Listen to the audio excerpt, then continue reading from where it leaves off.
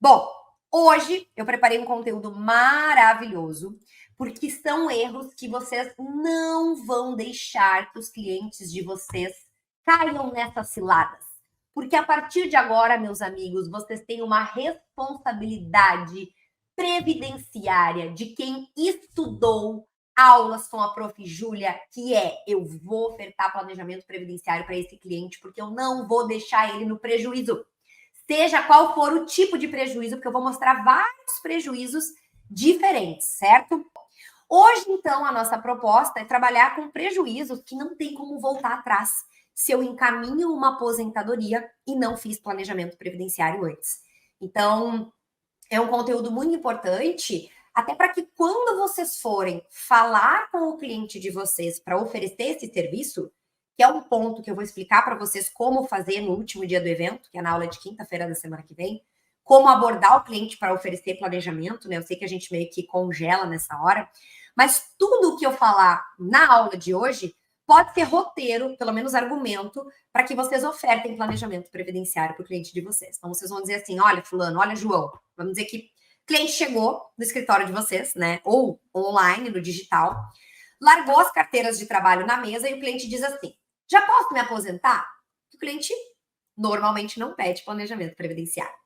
E aí cabe a nós, que estamos do lado de cá, ofertar esse serviço para o nosso cliente. Olha, peraí, não é assim eu posso me aposentar. Para eu identificar se tu pode te aposentar, eu tenho que identificar várias coisas sobre o teu passado, eu tenho que identificar o teu tempo de contribuição até a reforma, eu tenho que avaliar quais regras de transição da reforma da Previdência tu pode se beneficiar, quando tu preenche o requisito de cada uma delas. E olha só, gente, cada uma dessas regras de transição tem uma forma de calcular a bufunfa, o money, din-din que o cliente vai ganhar. Então, muitas vezes ele já pode se aposentar hoje, mas não necessariamente é a melhor regra. Às vezes vale a pena ele esperar um pouquinho para se aposentar numa regra melhor lá na frente.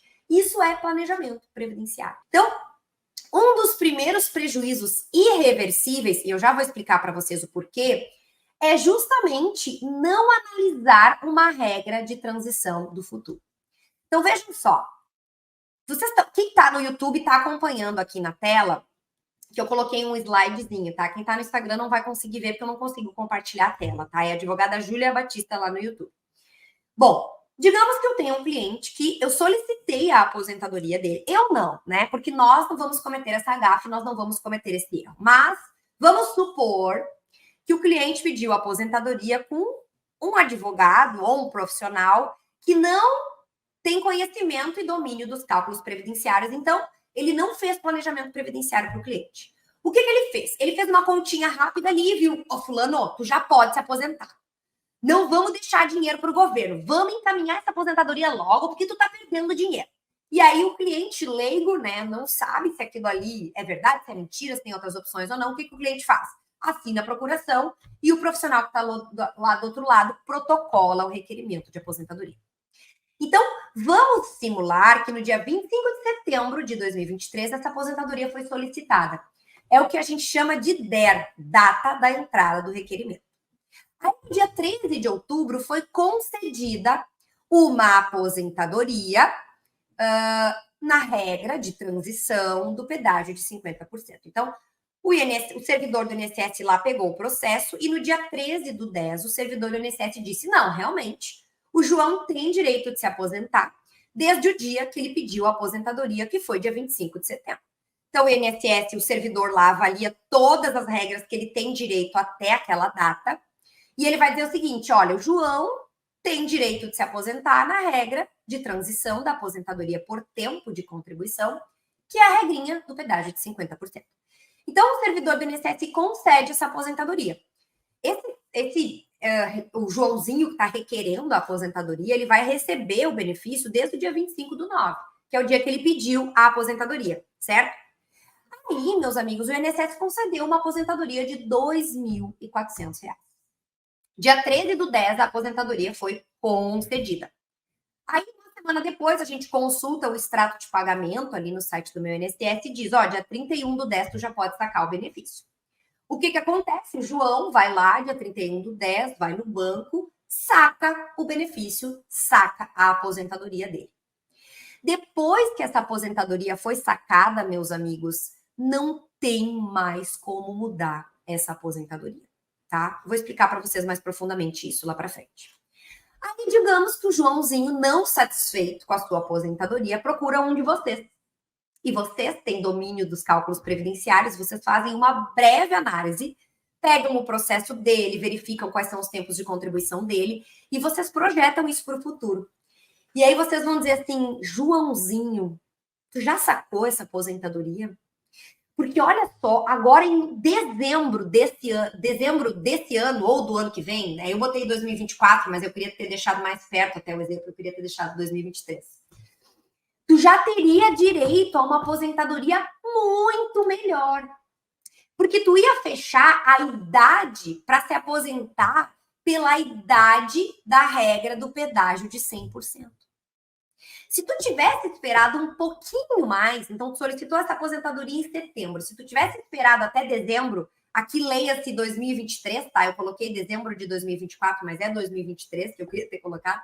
Se tu tivesse esperado mais 3 mesezinhos, tu teria se aposentado numa regra muito mais vantajosa em relação ao cálculo. E aí, meu amigo, tu teria te aposentado com R$ 500 a mais todos os meses. Ao invés de 2.400, teria se aposentado com 2.900. E aí o João vai dizer, mas olha só, eu já saquei essa aposentadoria. Eu saquei dia 31 de outubro, que foi a data que o INSS disponibilizou o dinheiro. Eu posso desistir dela? Não, não pode mais. Esse é um prejuízo irreversível, meus amigos. Uma vez que essa aposentadoria foi sacada, eu não posso mais pedir renúncia dela para solicitar um benefício mais vantajoso lá na frente. Aqui eu vou dar um zoom em mim. Não cometam esse equívoco com os clientes de vocês. Vocês precisam ofertar para ele planejamento previdenciário, análise previdenciária e fazer uma avaliação de todas as regras de transição que o cliente tem direito. O simulador do INSS muito provavelmente não disse isso para o cliente também, porque se o extrato de contribuição dele, que é aquele documento que o INSS sabe da história de trabalho do cliente, 99,99% das vezes, esse extrato de contribuição está o quê? Equivocado. Está faltando informações de trabalho. Então, muitas vezes, a projeção que o próprio simulador do INSS faz, muitas vezes não, quase todas as vezes, está errada. Vivian, já vou responder a tua pergunta. E se não sacar, né? Então, vamos verificar aqui uma cartinha de concessão de um benefício que foi concedido agora recentemente lá no escritório, que diz o seguinte, olha ali onde eu coloquei um lacinho em volta vermelho, desistência do benefício, tá? Olha o que diz na carta de concessão. Lembramos que, se quiser desistir desta aposentadoria, você não deve receber o seu primeiro pagamento nem sacar PIS, PASEP ou FGTS, em decorrência da aposentadoria. O que significa isso, meus amigos? Que se o Joãozinho tivesse procurado vocês antes de sacar esta aposentadoria, então digamos que dia 31 de outubro poderia sacar, mas o Joãozinho procurou vocês dia 30 de outubro, procurou antes. O que vocês vão dizer para o Joãozinho? Joãozinho, segura, não saca essa aposentadoria. Vamos fazer um planejamento previdenciário, o serviço é esse valor, eu vou fazer isso. Depois a gente verifica se é o caso de sacar. Aí o que vai acontecer? Vocês vão entregar o planejamento previdenciário para o Joãozinho e o Joãozinho vai dizer, graças a Deus eu te encontrei. Eu estou desistindo agora dessa aposentadoria, em dezembro a gente pede outra. Porque eu vou fechar. Outra não, né? Mas renuncia e pede uma aposentadoria. Não vai ter duas, né? Outra é um termo errado para se usar. Ele vai pedir renúncia daquela aposentadoria que não foi efetivada, porque o cliente não sacou o primeiro pagamento e também não sacou o FGTS em decorrência de aposentadoria. E aí, o que vocês vão fazer? Vocês vão pedir a renúncia, tudo lá no site do INSS, é bem simplesinho, lá no meu INSS. E no dia 15 de dezembro, que ele conquistaria o direito a um benefício mais vantajoso, que seria uma regra de transição do pedágio de 100%, aí vocês protocolam um novo pedido de aposentadoria. Aí vem uma aposentadoria com a renda mensal inicial de R$ 2.900. Deixa eu mostrar para vocês, coisa linda, ó. Se nós formos avaliar isso até o final da vida do cliente, tá? Vamos fazer de conta que o cliente vai viver até os 85 anos de idade. Olha só a diferença, gente. A gente está falando de mais de 250 mil reais de lucro por 3 mesezinhos de espera, de setembro até dezembro. 250 mil reais de lucro. E vocês cobraram o quê? 2 mil, 3 mil, 4 mil reais para executar esse serviço de planejamento previdenciário para ele. Vocês percebem como é perigoso orientar o cliente a solicitar uma aposentadoria sem planejamento previdenciário prévio? Uma vez que ele saque esse benefício, é irreversível. Eu não posso mais trocar. Eu não posso mais pedir renúncia, porque lá na frente ele vai ter direito a um benefício mais vantajoso. E isso, meus amores, é uma situação que foi extremamente potencializada depois da reforma da Previdência. Já era um cenário muito comum de acontecer, que poucas pessoas dominam os cálculos previdenciários, tá?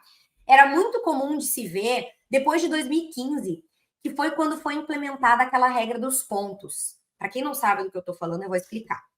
Antes de 2015, o segurado que se aposentava por tempo de contribuição, ele tinha a incidência do fator previdenciário na sua aposentadoria. O que é o fator previdenciário?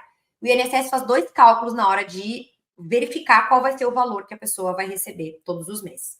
O primeiro cálculo é a média de contribuição. Isso tudo eu vou ensinar no evento A Escola Previdenciária, tá?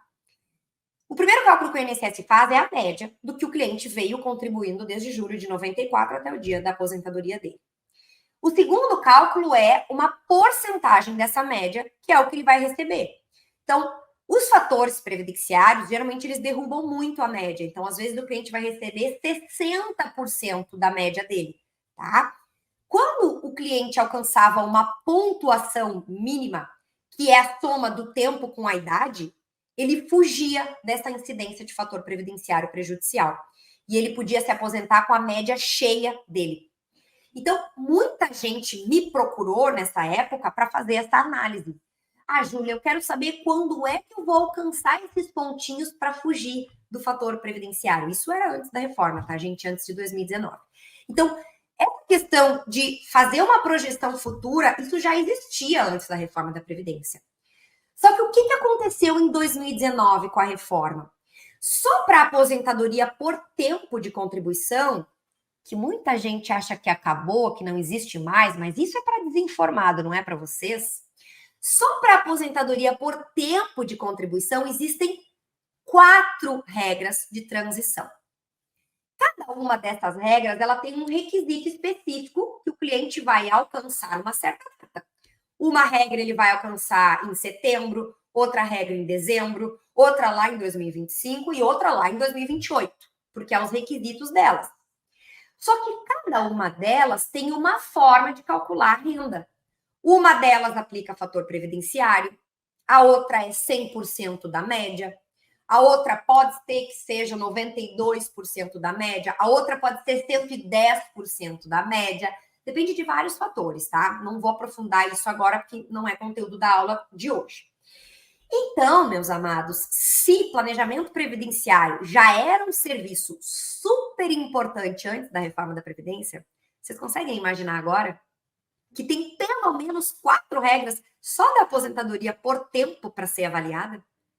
Olha só que coisa incrível a reforma da Previdência fez para o profissional que domina os cálculos previdenciários. A reforma da Previdência disse, cara, estuda os cálculos e faz dele a tua grande fonte de renda imediata. Porque muito antes desse cliente se aposentar, ele precisa desta informação. Quando ele pode se aposentar? O que ele precisa fazer para chegar lá?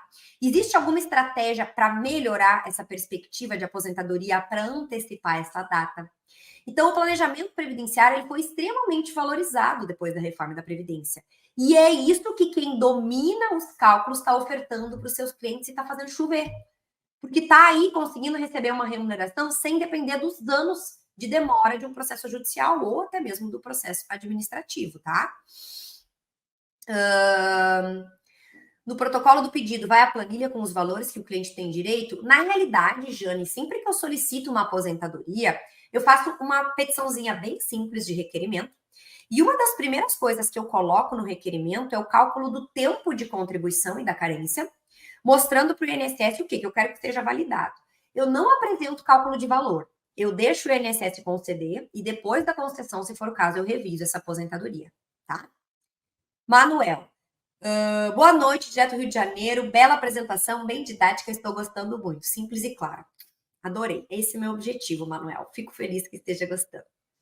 Elaine, admiro demais a maneira como você ensina. Quero fazer parte do seu curso. Ó, participa da semana que vem, hein, que vai estar maravilhoso. Ó, quem quer dominar essas cartas de concessão, semana que vem no evento vocês vão entender tudo, porque que essas cartas são assim. Vai ser maravilhoso.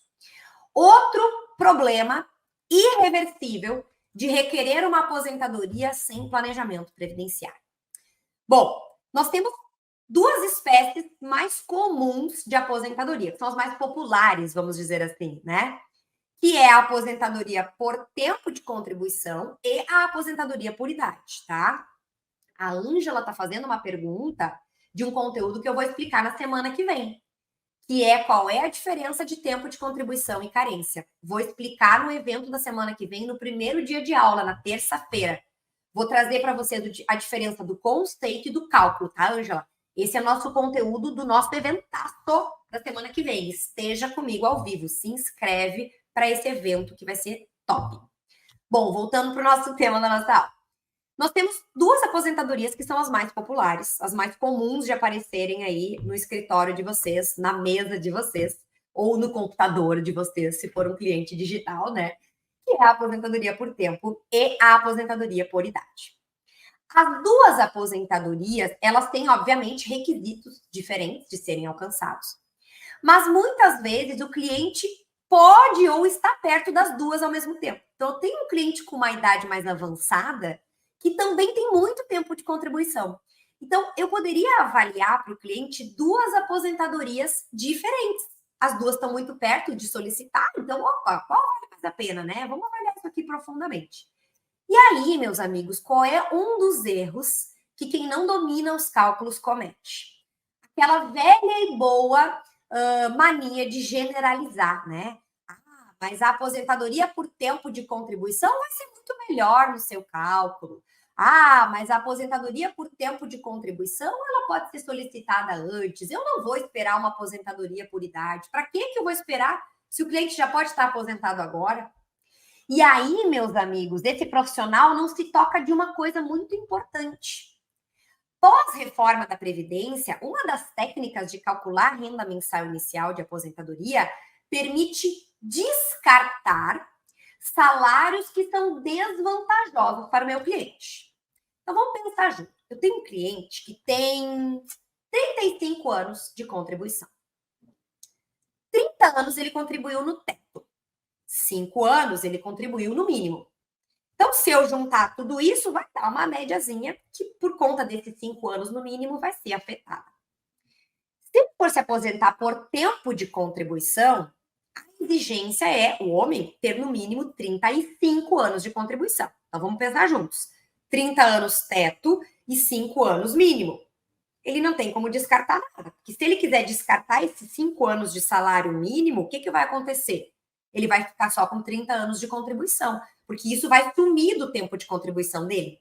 Então, ele não vai ter o requisito para se aposentar, que é 35 anos. Ele vai ficar só com 30 no teto. Não adianta nada, porque ele não vai se aposentar por tempo.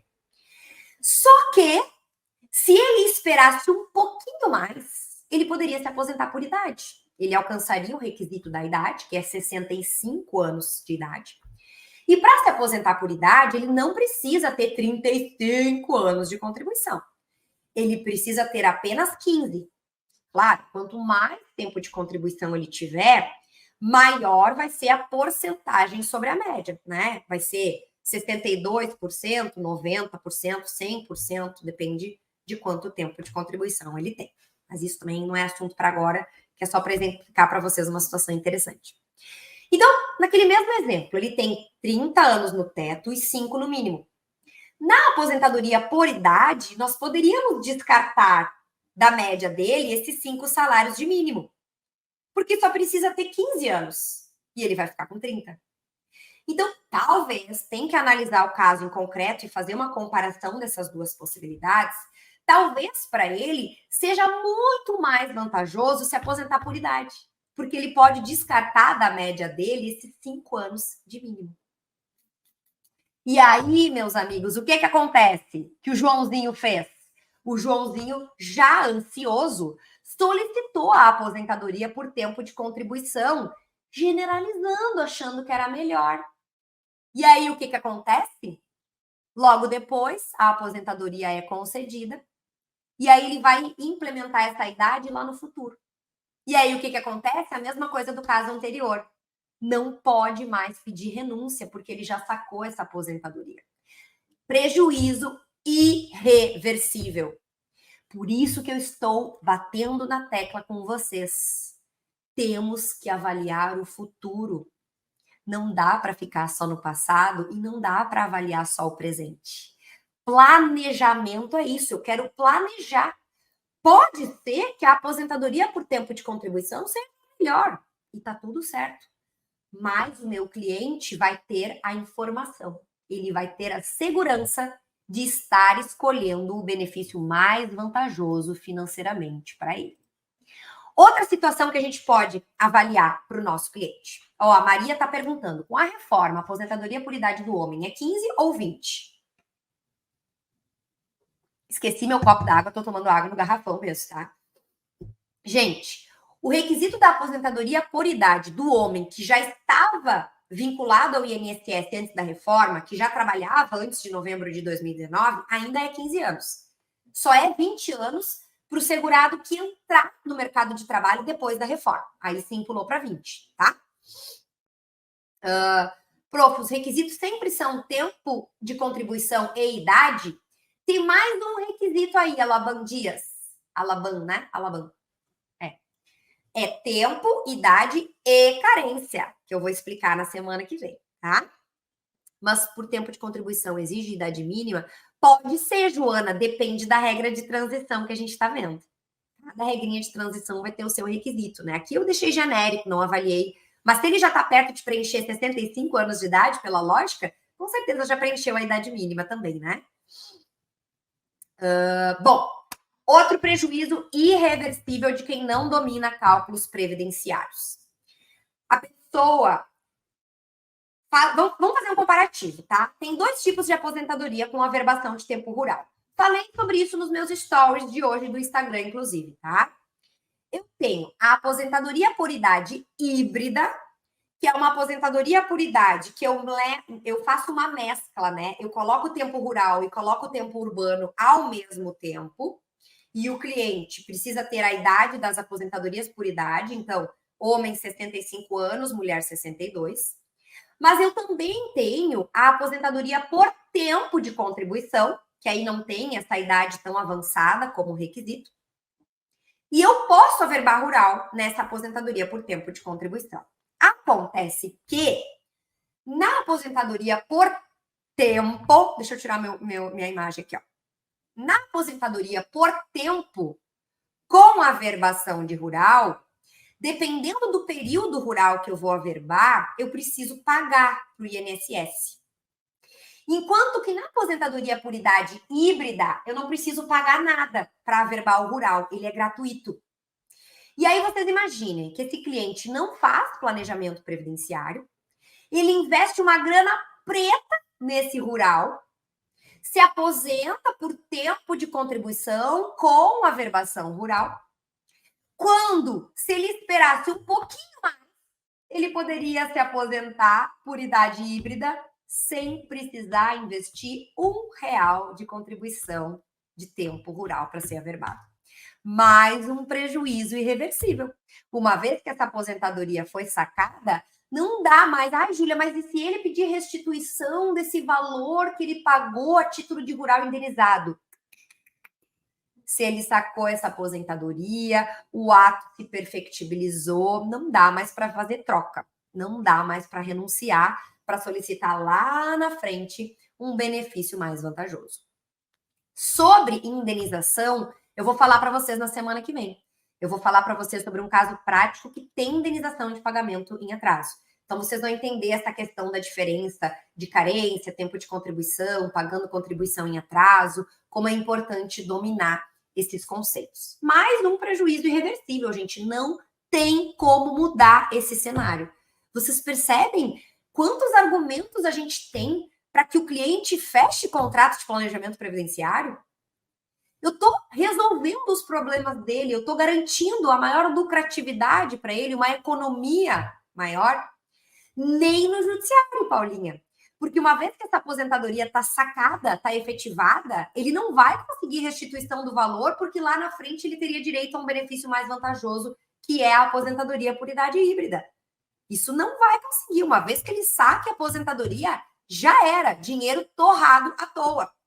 Profissional que não domina os cálculos e planejamento previdenciário, que foi afobado, ansioso e solicitou essa aposentadoria, né? Então, vamos lá. Próximo prejuízo irreversível. Não avalia a possibilidade de contribuir em atraso. Então, vocês imaginem, fiz uma breve consulta, né? Não fiz planejamento previdenciário, não vou dizer nem em nome, não vou dizer na primeira pessoa, porque a gente não comete esses erros, né? Os outros que não dominam cálculos receberam um cliente e disseram aquela generalização que vocês vão ouvir muito, muito, muito no meio previdenciário. E semana que vem eu vou desmistificar isso para vocês. Eu vou dizer que é uma grande mentira. Fulano não indeniza a contribuição em atraso, porque para o INSS é muito caro e não vale a pena. Aí o que o Joãozinho faz? O Joãozinho vai lá e solicita aposentadoria sem pagar a contribuição em atraso. E se ele tivesse feito um processo completo, um planejamento previdenciário, se ele tivesse investido em contribuições no passado, ele poderia melhorar muito a expectativa do valor desta aposentadoria. Não caiam nessa cilada de achar que não vale a pena indenizar contribuições em atraso, porque tem multa e isso e mais aquilo e juros. Semana que vem eu vou mostrar para vocês o impacto financeiro que pode acontecer na vida de um cliente se nós avaliarmos o pagamento de contribuições em atraso. Muito cuidado, meus amigos, ao encaminhar a aposentadoria sem planejamento previdenciário. Outro prejuízo que alguém falou aqui, que eu olhei por cima na conversa do YouTube aqui no chat, é sobre servidor público que tem regime próprio. Então, vamos lá ao caso prático. O cliente chegou lá no nosso escritório e aí ele tem 2 regimes previdenciários, ele tem 2 possíveis aposentadorias. Por quê? Vamos pegar um exemplo clássico, professor. O professor trabalha numa escola de iniciativa privada, então ele dá aula lá no ensino médio de uma escola X, que é uma escola particular da cidade, e ele também dá aula numa escola estadual, onde tem regime próprio implementado. Então, nós temos um cliente que está vinculado em 2 regimes previdenciários e ele pode perfeitamente acumular 2 aposentadorias. E já vou dar um parênteses aqui para vocês. O valor dessas 2 aposentadorias é integral, tá? O cliente não vai sofrer redução em nenhum dos benefícios por estar acumulando 2 aposentadorias. O pessoal confunde muito isso, porque essa é uma regra nova de cálculo para acumular aposentadoria com pensão por morte. Não tem nada a ver com os casos que eu estou falando aqui, que é de acumulação de aposentadoria em 2 regimes. O cliente que trabalha vinculado ao INSS, que é o Regime Geral de Previdência Social, e também ao RPPS, que é um regime previdenciário do Estado, ele vai acumular 2 aposentadorias. Mesmo que o tempo seja concomitante. Ele vai trabalhar 30 anos para o INSS e 30 anos para a escola estadual do regime próprio. Ele vai se aposentar nas 2 de forma distinta, tá? Agora, o que eu estou falando de prejuízo irreversível nesse caso? Digamos que o cliente se aposentou no INSS. E aí, o que ele fez? Ele usou todo o tempo que estava lá no INSS. Lembrem-se, regime geral de previdência social, a iniciativa privada, a escola particular que ele deu aula. E aí, meus amigos, na hora de fazer um planejamento previdenciário para se aposentar no Estado, ele procura vocês. E aí vocês vão, vamos ver aqui a tua aposentadoria do Estado e tal. Ah, olha só, tu pode te aposentar no Estado, tu tem todos os requisitos, só tá faltando tempo de contribuição. Tu já tem o tempo mínimo de serviço público, tu já tem a idade, só tá faltando 3 anos de tempo de contribuição para ti. E aí, vocês vão querer dar uma olhada lá no tempo do INSS, né, para ver se tem tempo sobrando. E aí vocês descobrem que essa pessoa já se aposentou no INSS. E aí, quando vocês avaliam essa aposentadoria, vocês percebem que o cliente poderia ter tirado o tempo que estava sobrando no INSS, que não ia fazer falta para essa aposentadoria dele. Ele poderia ter tirado esse tempo que estava sobrando lá da escola privada, que foi antes dele começar na iniciativa pública, né, no Estado. Ele poderia ter jogado esse tempo de um regime para outro, né, através de uma certidão de tempo de contribuição. Esse prejuízo é irreversível. Se essa aposentadoria no INSS já está concedida, eu não tenho mais como tirar tempo do INSS para jogar para o Estado. Essa aposentadoria já está concedida, já foi aproveitado todo o tempo que estava lá. Se o cliente tivesse feito planejamento previdenciário antes, o que nós poderíamos ter avaliado? Olha, fulano, aqui no INSS tu já pode te aposentar. Mas, como tu também tem como se aposentar lá no Estado, eu vou te dizer uma coisa, tem tempo sobrando aqui no INSS. Eu não sei se para ti é viável, tu não quer tirar o tempo do INSS e jogar no serviço público? E uma vez que essa aposentadoria esteja efetivada, meus amigos, não dá mais para mudar. Alguém me perguntou aqui no Instagram se dá para tirar tempo do serviço público, do regime próprio, para jogar no INSS. Até dá, mas é muito raro, sabe por quê? Porque o servidor tem que ter saído, ele tem que ter já se exonerado dessa matrícula para conseguir levar para o INSS. Então, digamos assim, às vezes acontece do servidor, ele entrou em um concurso, ficou 2, 3, 4 anos, e aí fez um outro concurso e assumiu um novo cargo. Aí, esse primeiro concurso que ele já foi exonerado, ele pode pegar esse tempo e pode jogar no INSS sem problema nenhum. É muito raro de ver, mas são possibilidades que existem sim. Beijo enorme para o prof. Rodrigo Sodero, que está aqui nos prestigiando. Parabéns pelo dia do professor, um pouquinho atrasada, né? Mas esse prof que eu admiro tanto, que está aqui nos prestigiando, sabe tudo sobre aposentadoria, é um mestre do direito previdenciário que eu admiro demais. Bom, deixa eu ver a pergunta da Vivian. E quando ele não teve tempo no setor privado e agora é funcionário do serviço público, ele pode acrescentar? Não, porque daí ele não tem tempo no regime geral para jogar para o INSS, né? Então, se ele não trabalhou vinculado ao INSS, contribuindo para o INSS, ele não tem como tirar tempo de lá, porque ele não trabalhou, não contribuiu para o INSS, vamos dizer assim, tá? Mas não é proibida a aposentadoria nos 2 regimes se houver concomitância? Não, Sandra. Eu vou te dizer uma coisa que eu acho que tu está confundindo, tá? O que é proibido, vamos dizer assim, tá? Deixa eu abrir a tela aqui de novo no YouTube para vocês enxergarem. Eu não posso pegar um tempo do INSS e jogar no regime próprio se o cliente já estava trabalhando no regime próprio nesse período. Vocês estão vendo na tela aí, no canal do YouTube, que eu estou mostrando para vocês, que o tempo que está enlaçado no regime geral é um tempo que no regime próprio ele não estava trabalhando ainda. É um tempo que está vago, que está nulo lá no regime próprio. Isso ele pode fazer. Ele pode tirar do regime geral e jogar para o regime próprio, onde está zerado lá. Porque lá ele não estava trabalhando, ele ainda não tinha assumido esse concurso público dele, tá? Isso sim. Mas quando a pessoa já estava trabalhando no regime próprio, aí eu não posso pegar uma atividade concomitante e querer jogar para o regime próprio se já tem tempo trabalhado lá. Isso não dá para fazer, tá? Que eu acho que é mais ou menos isso que a Sandra falou, tá? Vamos lá. Outra situação que é um prejuízo irreversível para o nosso cliente, que nenhum de vocês vai cometer esta gafe, esse erro, porque vocês são o quê? Vocês são planejadores? Vocês são profissionais que dominam os cálculos, estão aqui em plena segunda-feira de noite estudando, consumindo conteúdo, vocês não vão cometer esse erro, tá? Bom, divisor mínimo é um assunto que eu vou aprofundar demais na semana que vem com vocês no evento A Escola Previdenciária. Gente, eu quero uma resposta muito sincera de vocês. Não tenham medo do que os outros vão enxergar aqui vocês respondendo. Responde para mim.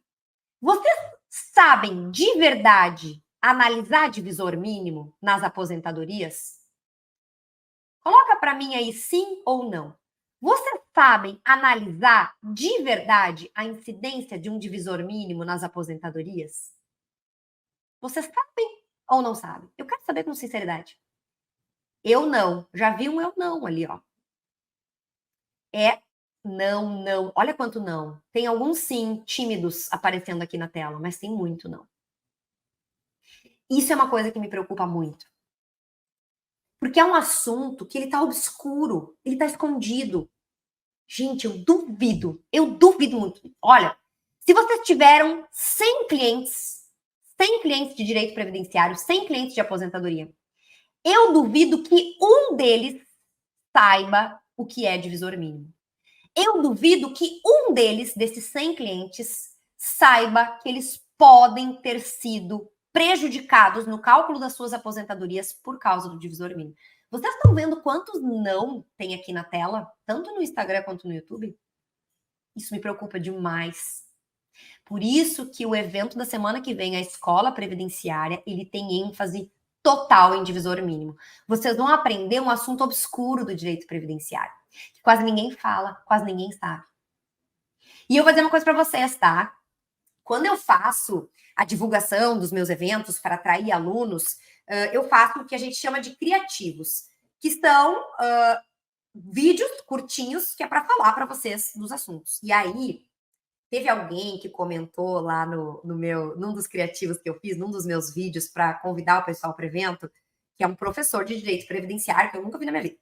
E aí ele comentou lá meio que num tom de ironia, debochando que o divisor mínimo era muito complexo de ensinar.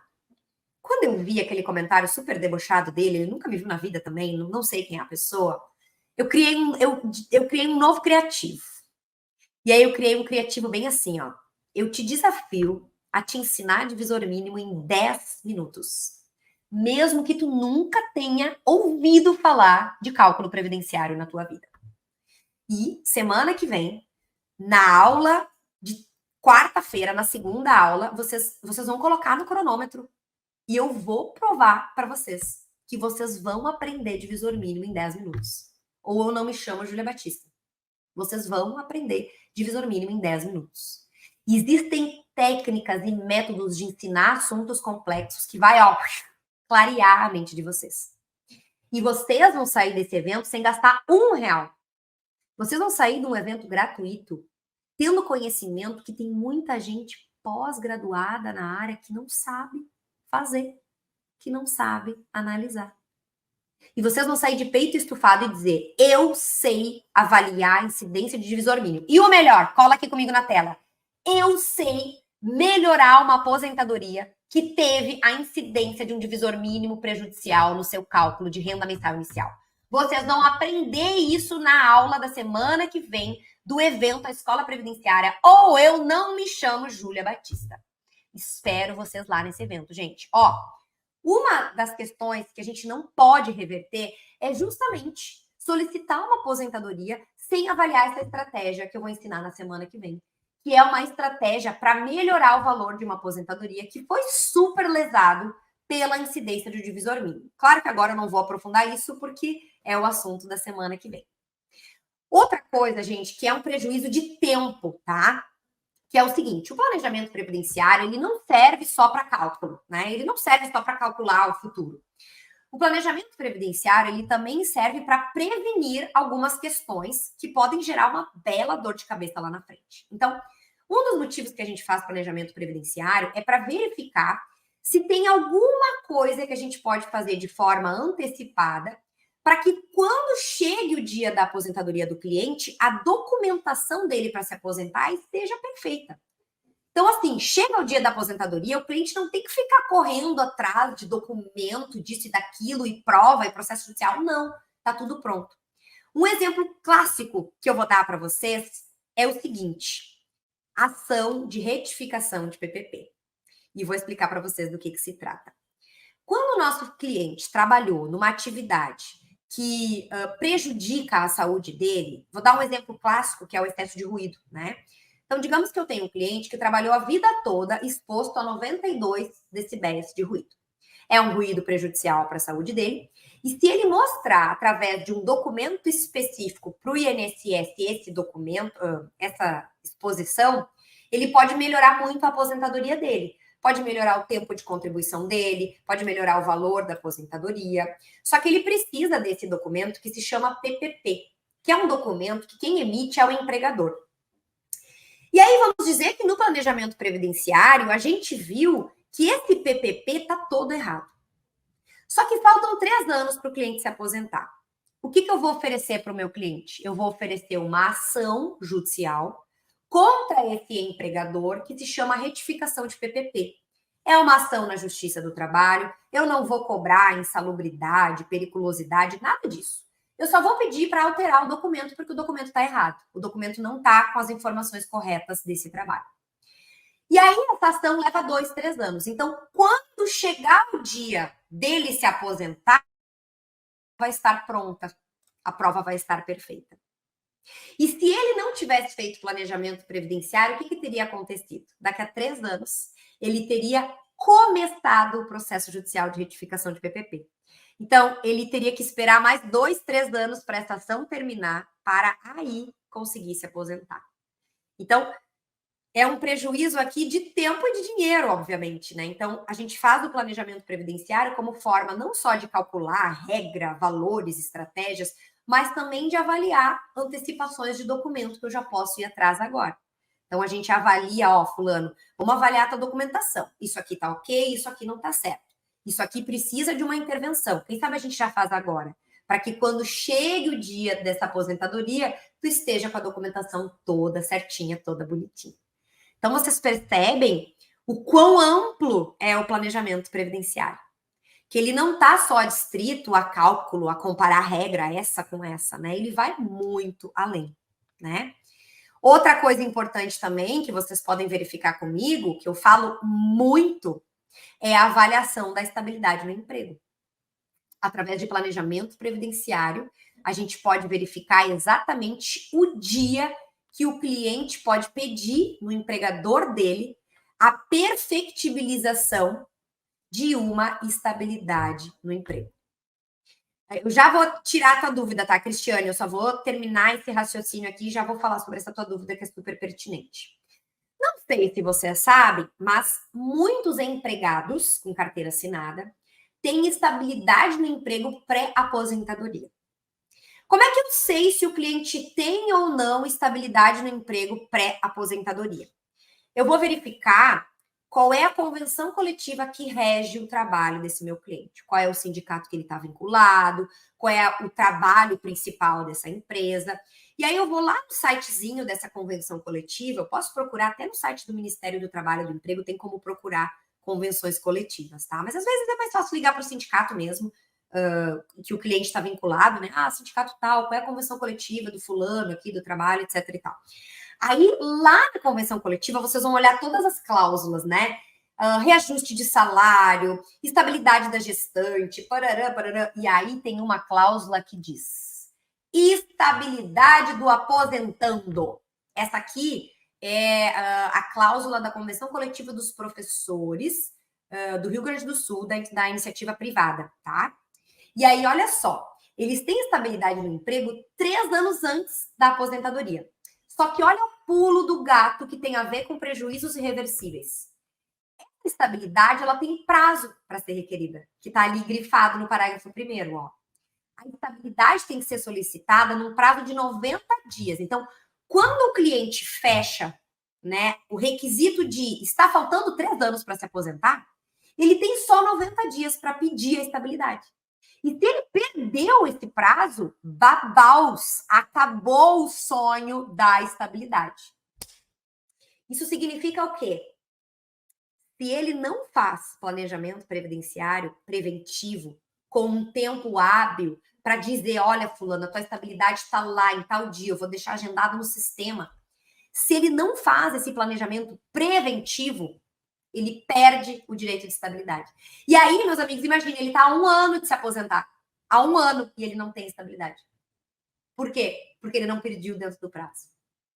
Prejuízos irreversíveis. Eu não tenho como voltar no tempo. A única coisa que resguarda todos esses direitos é planejamento previdenciário preventivo.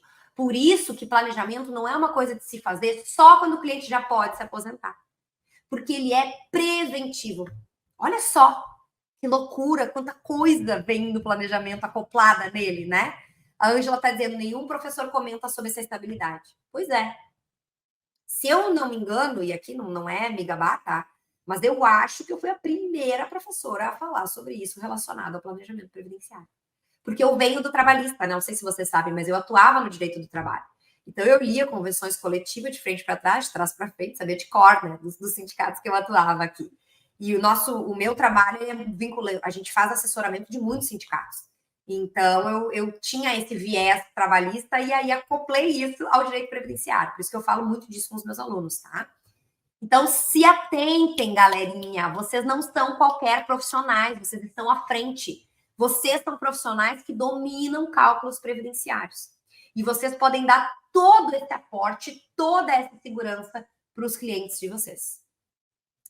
Outra coisa importante, tá? Muitas coisas podem ser revertidas em um processo de revisão. Ah, antes de eu falar disso aqui, deixa eu responder a dúvida da Cristiane, que antes, quando nós estávamos falando de retificação de PPP, a Cristiane perguntou o seguinte: não dá para fazer no judicial concomitante à concessão de aposentadoria? Não dá, sabe por quê? Porque se eu solicitar a aposentadoria sem o documento correto, o próprio juiz vai dizer que a ação existe falta de interesse de agir, porque eu não juntei o documento. E se eu entrar com pedido de concessão de aposentadoria na Justiça Federal, alegando que o PPP está errado, o juiz vai dizer, não é aqui que tu pode discutir isso. PPP errado, tu tem que discutir na Justiça do Trabalho. Procurem jurisprudência nos tribunais regionais federais da região de vocês, né? Aqui a minha é a 4ª região, Rio Grande do Sul. Procurem jurisprudência sobre PPP errado. A jurisprudência toda vem nesse sentido. Não é aqui que tu vai discutir se esse PPP tá certo ou não. Isso aí tu tem que discutir na Justiça do Trabalho. Então, o certo é, primeiro eu corrijo o documento na Justiça do Trabalho, depois eu solicito a aposentadoria com esse documento corretamente retificado, né? Alguém disse aqui que não entendeu bem sobre a estabilidade. Vou te explicar de novo, o Jurandir. Bom, a estabilidade, ela precisa ser solicitada num prazo específico. Então, vamos trabalhar com essa convenção coletiva aqui dos professores da iniciativa privada. Deixa eu botar a convenção na tela aqui para vocês olharem, tá? Ó, vamos lá. O professor com 3 anos ou mais de contrato de trabalho, então tem que estar mais de 3 anos na empresa, né?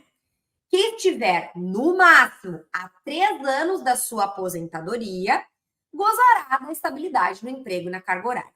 Tá? Então, resumindo, tem que ter 3 anos de trabalho na empresa, não pode estar 1 ano só na empresa, tem que ter um vínculo maior. E tem que estar a, no máximo, 3 anos de se aposentar. Então, o que isso significa? Não vai ter estabilidade faltando 4 anos, 5 anos, 6 anos para se aposentar. Vai ter estabilidade estando a 3 anos da aposentadoria. Então, fiz planejamento previdenciário. Identifiquei que o meu cliente pode se aposentar no dia 15 de setembro de 2027. Isso significa que no dia 15 de setembro de 2024, faltando 3 anos para se aposentar, ele pode pedir a estabilidade dele. Até aí, acompanharam o raciocínio, né? Aí vamos olhar o que o parágrafo 1º diz. O professor que não informar e comprovar por escrito ao estabelecimento de ensino a aquisição no seu direito à estabilidade no prazo de 90 dias a contar do momento que adquirir o direito, perderá a garantia instituída nessa cláusula. Ou seja, a partir do momento que ele está a 3 anos de se aposentar, que seria, no meu exemplo, 15 de setembro de 2024, a partir daquele dia, ele tem só 3 meses, ele tem só 90 dias para fazer uma petiçãozinha para a empresa pedindo e comprovando o direito à estabilidade no emprego. Se passou os 3 meses, então vamos lá. 15 de setembro de 2024, ele tem direito à estabilidade, porque falta 3 anos exatos para ele se aposentar. Aí ele se toca disso no dia 15 de junho de 2025. Já passou quanto tempo? Setembro, outubro, novembro, dezembro. Mais 6 meses de 2025, já passou 9 meses do direito à estabilidade. Ele perdeu. Ele não pode mais pedir a estabilidade, porque ele perdeu o prazo. Não faz sentido, mas é assim que funciona, tá? Perfeito. Aí, Jurandir, entendeu? Então, por isso que eu digo para vocês, galera, não dá para deixar para fazer planejamento previdenciário só no dia que o cliente se aposentar. Planejamento previdenciário não é brincadeira. Não é coisa só para empresário que pode gerir as próprias contribuições. Nunca peguei a frente desse período. Tem algumas fotos testemunhas. Consigo pagar atrasados para me aposentar logo? Tem que avaliar o caso em concreto. Não peguei bem a pergunta, tá? Mas aí nós temos que avaliar o caso em concreto, tá? Injusto, eu também, a Paula disse injusto esse parágrafo primeiro, né? Mas o direito não socorre os que dormem, exatamente. Falou tudo, Paula. Eu também acho super injusto, né? A Neuza, formei em 2022, experiência 0 anos. Tomar minha água de garrafão, tá, gente? Que eu vou esquecer meu copo lá embaixo. Eu estou no sótão de uma casa, terceiro andar, né? Eu pensei que comigo, assim, tô de salto, eu não vou descer até o primeiro andar só para buscar um copo de água. Eu vou beber água no garrafão mesmo. Bom, gente, muita coisa que eu falei aqui para vocês. Aliás, tudo que eu falei são prejuízos irreversíveis, tá? São situações que eu não posso mudar. Eu não posso voltar no passado, eu não posso mudar para o futuro.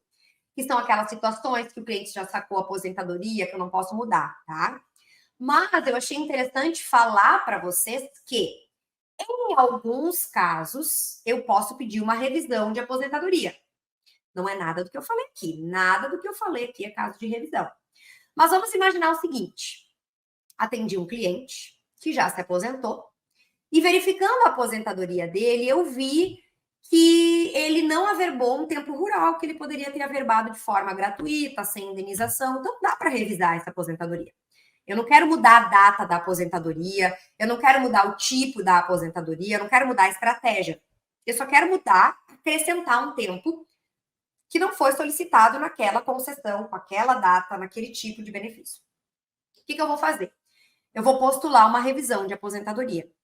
Só que aqui que eu queria entrar num ponto com vocês. Mesmo quando for o caso de revisão, que é um caso que não importa se o cliente sacou ou não, né? Eu quero mudar o ato com aquela data, que tá tudo bonitinho.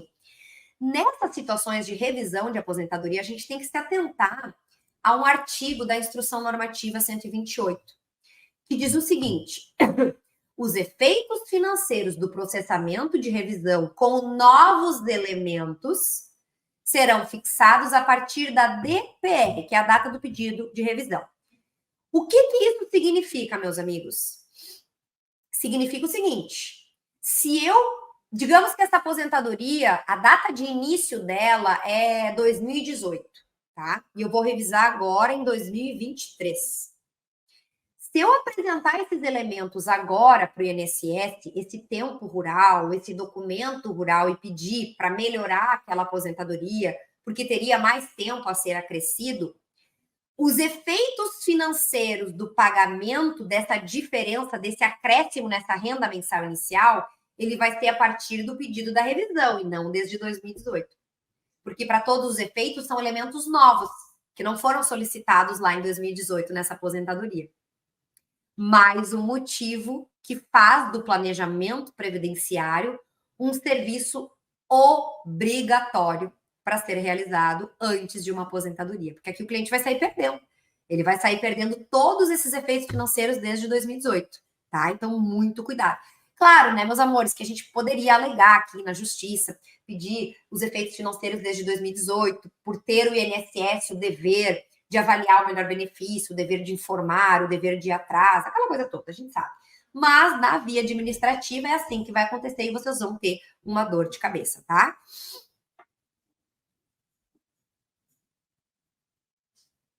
Essa estabilidade é para não ser desligado do trabalho? Exatamente. E essa estabilidade dessa convenção coletiva em específico é não só para resguardar o direito no emprego, que é não ser demitido, né? Como também para resguardar o direito da carga horária, da jornada de trabalho do professor. Interessantíssimo, né?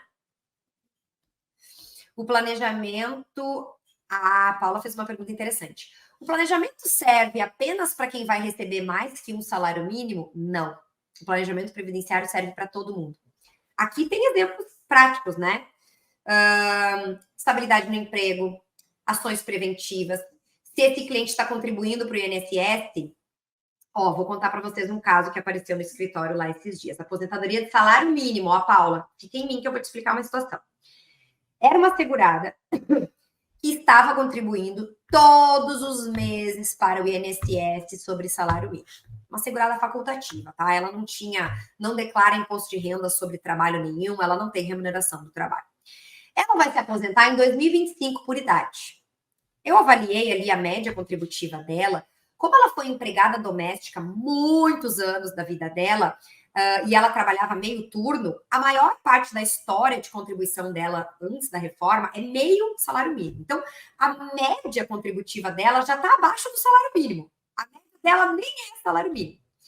E o que acontece? Ela estava contribuindo todos os meses sobre salário mínimo. Pensem comigo. Ela é uma segurada facultativa. Ela não declara imposto de renda por ter uma renda do trabalho. Ela não é uma contribuinte obrigatória. Precisa contribuir todos os meses para o INSS? Não. Ela sabia disso? Não. Ela disse, não, Júlia, mas o meu marido disse que eu tenho que contribuir todos os meses, porque se eu precisar de um auxílio doença, pá. Segurado facultativo precisa contribuir de quanto em quanto tempo para manter os direitos a todos os benefícios? 6 em 6 meses.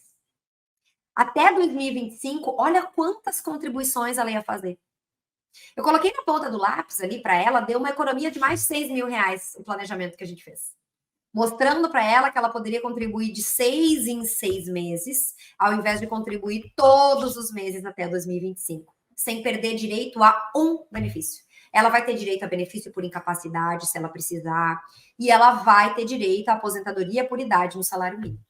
Então, planejamento previdenciário é para todo e qualquer tipo de segurado, para todo e qualquer tipo de aposentadoria, para todo e qualquer valor de aposentadoria. Não só por questões de valores, mas por questões de gerir as contribuições, gerir o passado, né, administrar a questão documental. Ele é muito amplo mesmo. Bom, meus amados, tagarelei pra caramba, né? Olá, tudo bom?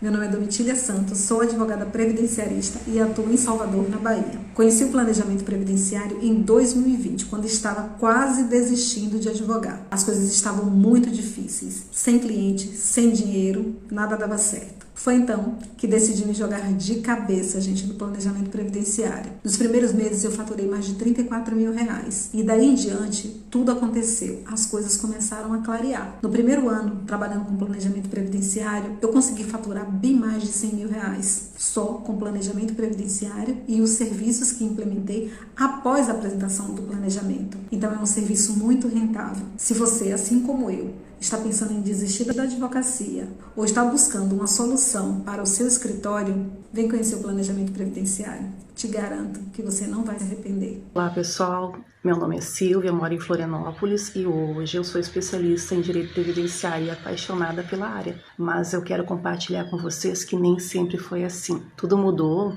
há menos de um ano, quando eu fui procurada por uma amiga que queria que eu desse uma olhada para ela se ela já poderia se aposentar, porque tem idade, mas, segundo uma outra advogada que ela consultou, ela não tinha tempo ainda. Mesmo eu não conhecendo nada da área, eu aceitei a proposta. Foi quando eu entrei na internet e descobri que haveria um evento do planejador, que seria o evento da professora Júlia. Assisti todo o evento, me apaixonei, comprei o curso, assisti às aulas. Eu descobri aquilo que a faculdade não ensina. Eu descobri tudo e consegui juntar esse tempo que ela precisava para se aposentar. Dei a entrada no pedido. Em menos de 2 meses o pedido dela foi deferido. Hoje ela está aposentada E ela me indicou outra cliente e a outra cliente indicou outra cliente. Agora, de lá para cá, eu só faço planejamento previdenciário e estou muito feliz com isso. Olá, meu nome é Flávia, sou advogada e sempre atuei na área civil. No final de 2019, eu senti necessidade de me reinventar profissionalmente e com a reforma da Previdência e tudo que estava sendo divulgado, eu me interessei pela área e comecei a estudá-la. E foi quando eu conheci o Serviço de Planejamento Previdenciário. O curso da Júlia foi o terceiro que fiz e posso atestar que foi o único que me deu a segurança e o conhecimento que eu precisava para começar a jornada. E com isso, eu já consegui fechar 11 contratos de planejamento, sendo 4 de famílias e amigos, que inclusive estavam aqui pendentes na minha mesa, porque antes de fazer o curso da Júlia, eu não tinha segurança na execução do trabalho. Os outros 7 foram gerados através da indicação desses mesmos amigos e familiares, que gostaram tanto do trabalho que apresentei, que divulgaram para outros conhecidos que me procuraram. E tudo isso sem nunca ter feito nenhum tipo de divulgação em redes sociais. Estou surpresa com o retorno financeiro que o planejamento tem me proporcionado. O planejamento mais simples eu cobrei R$2.000 e o planejamento mais complexo cobrei R$5.000. Toda essa segurança eu só consegui depois que tive o privilégio de conhecer o curso da professora Júlia e com isso me reinventar profissionalmente. E por tudo isso eu deixo aqui o meu muito obrigado. Eu sou a doutora Débora Dantas, eu sou advogada previdenciarista atuante aqui em Açu, estado do Rio Grande do Norte. Antes eu vendia o planejamento previdenciário por R$150 e pasmem, eu sei que isso não é nem o valor de uma consulta jurídica, mas os meus clientes eles não tinham a noção da importância desse trabalho, eu não sabia como cobrar, eu muitas vezes fazia isso de graça. Depois do curso da Júlia Batista eu ganhei segurança, eu aprendi como cobrar, eu aprendi como vender esse serviço para o meu cliente e eu já tenho aí mais de 100 planejamentos previdenciários executados. Hoje eu tenho uma média de 4 a 5 planejamentos por mês e eu saí do valor de R$150 para R$2.200. Olá, meu nome é Eleni, eu sou advogada, fiz pós-graduação em Direito Previdenciário, no entanto eu não tinha a segurança que eu tenho hoje para fazer o planejamento previdenciário. Eu era muito ruim na hora de cobrar, eu ficava com dó, eu achava que o cliente não fosse pagar, mas com as aulas da professora Júlia, a gente já sente mais seguro assim, para poder estar oferecendo, parcelando, um cliente vai falando para o outro. Então eu tenho tido trabalhos semanalmente, pelo menos 2, sem oferecer muito, pelo menos 2 por semana. Eu jamais imaginei que eu fosse cobrar R$2.000 por cada planejamento.